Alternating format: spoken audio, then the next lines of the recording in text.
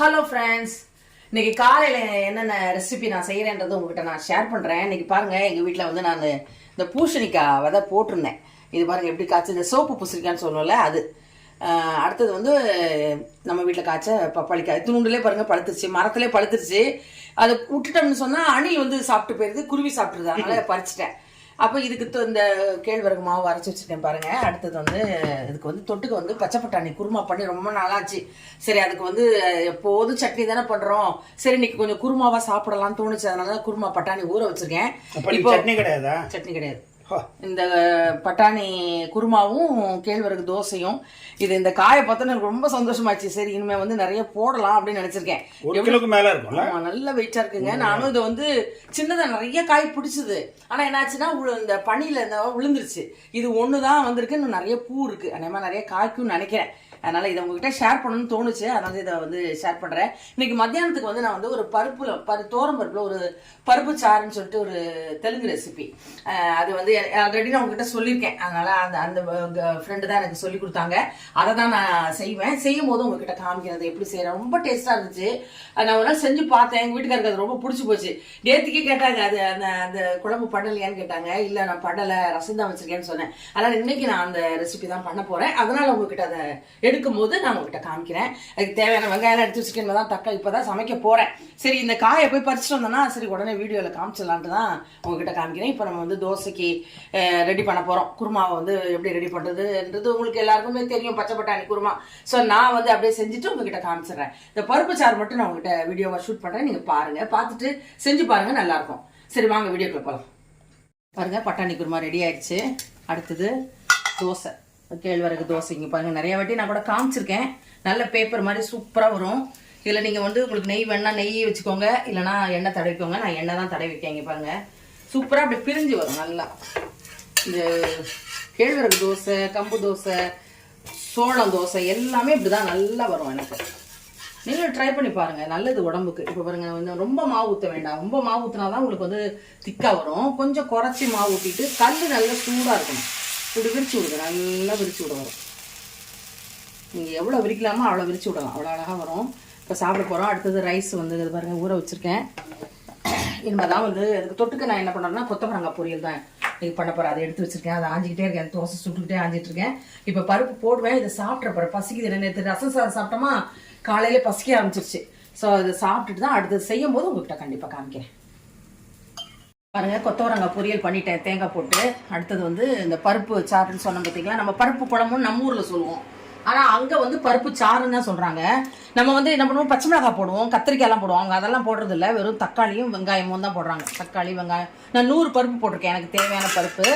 அடுத்தது வந்து வெங்காயம் தக்காளி போட்டிருக்கேன். இந்த காஞ்ச மிளகாய் போடுறாங்க அவங்க.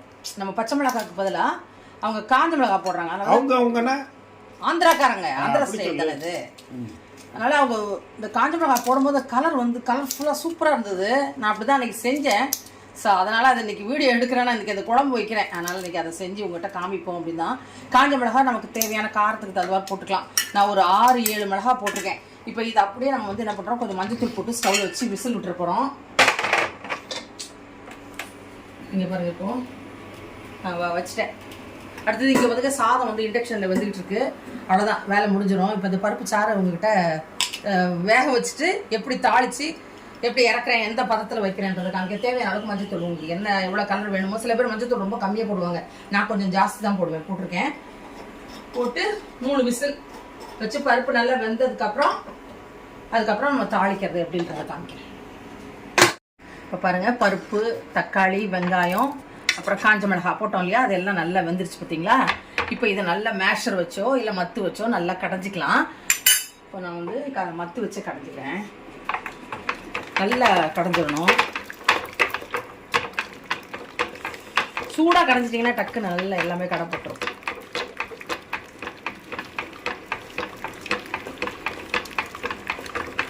உப்பு போட்டுக்கலாம். இதில்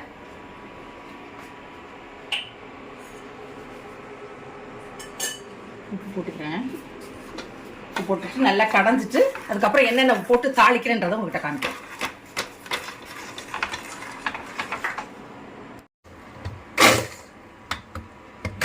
மேஷர் வச்சு நல்லா கடைஞ்சாச்சு.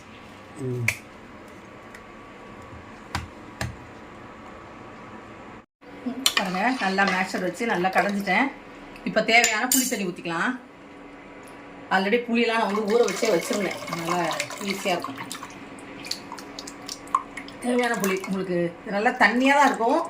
ஆனால் வந்து இது இட்லிக்கு நல்லாயிருக்கும், தோசைக்கு நல்லாயிருக்கும், சாதத்துக்குமே ரொம்ப நல்லாயிருக்கும் இது. இப்போ இந்த புளி உப்பு கரெக்டாக இருக்கா நம்ம பார்த்துட்டு அதுக்கப்புறம் தாளிக்கலாம். எவ்வளோ தண்ணியாக இருக்குது பாருங்கள், இது தண்ணியாக தான் இருக்கும். உப்பு போடணும், மற்றபடி புளி கரெக்டாக இருக்குது. இப்போ நம்ம தாளிக்க போகிறோம்.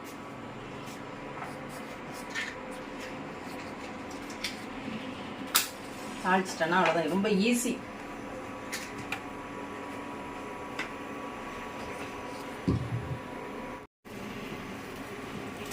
பூண்டு அடிச்சு வச்சிருக்கேன் பாருங்க, எண்ணெய் காய்ச்சிருக்கேன். ஆமாம், இது பூண்டு. இப்போ நம்ம வந்து தாளிக்க போகிறோம். தாளிப்பு என்ன பண்ண போகிறோன்னா கடுகு, வெங்காயம். நீங்கள் தேங்காய் எண்ணெய் வேணா கூட தாளிச்சிக்கலாம். இது நான் வந்து சாதாரண ஆயிலில் தான் தாளிக்கிறேன். கடுகு பொடிட்டோம், அதுக்கப்புறம் நம்ம வெங்காயத்தை போட்டு நல்லா பொரிச்சிட்டோம். கருவேப்பிலை, 2 காஞ்ச மிளகாய், நல்லா கடுகு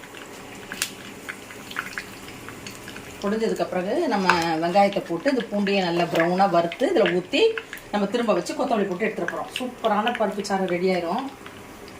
நல்லா கொத்தமல்லி நிறையா போட்டிங்கன்னா ரொம்ப நல்லாயிருக்கும்.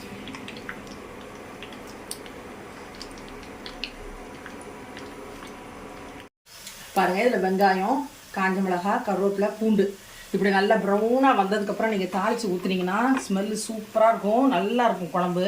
இப்போ பாருங்கள், இந்த டயத்தில் நான் ஊற்றிட போகிறேன். ஊற்றிட்டு அதுக்கப்புறம் கொஞ்சம் சூடு பண்ணி நம்ம இறக்கிற போகிறோம். கொத்தமல்லி எல்லாம் நல்லா ஒரு கைப்பிடி அளவுக்கு கொத்தமல்லி எல்லாம் போடுங்க, நல்லாயிருக்கும். அவ்வளோதான், இதுதான் ஆந்திரா ஸ்டைல் பருப்பு சாறு. பருப்பு தண்ணிங்கிறாங்க, பருப்பு ரசங்கிறாங்க, என்னமோ சொல்கிறாங்க அவங்க, ஒவ்வொருத்தரும் ஒரு மாதிரி சொல்கிறாங்க. பருப்பு சாறு, பருப்பு சாறு தண்ணியாக வைக்கிறோம்ல, அதனால் நம்ம பருப்பு குழம்புன்னு சொல்லுவோம். நம்ம இதில் கத்திரிக்காய், பச்சை மிளகாய் எல்லாம் போடுவோம், தேங்காய் போடுவோம். அவங்க அதெல்லாம் எதுவுமே போடுறதில்ல, இது அவங்க ஸ்டைல்.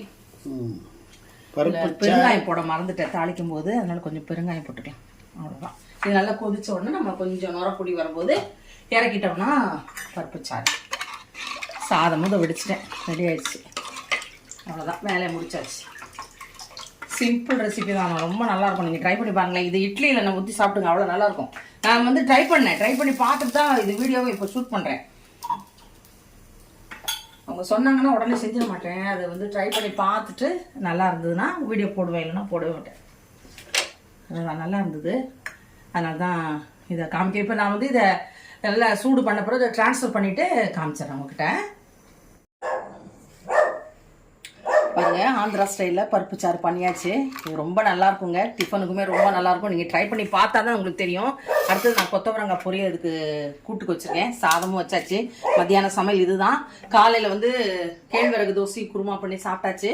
இதுதான் மத்தியானத்துக்கு நான் செஞ்சது. இது நான் கண்டிப்பாக நீங்கள் ட்ரை பண்ணி பார்த்துட்டு எப்படி இருக்குன்னு கமெண்ட் பண்ணுங்கள். நெக்ஸ்ட் நம்ம இன்னொரு வீடியோவில் மீட் பண்ணலாம். பாய்.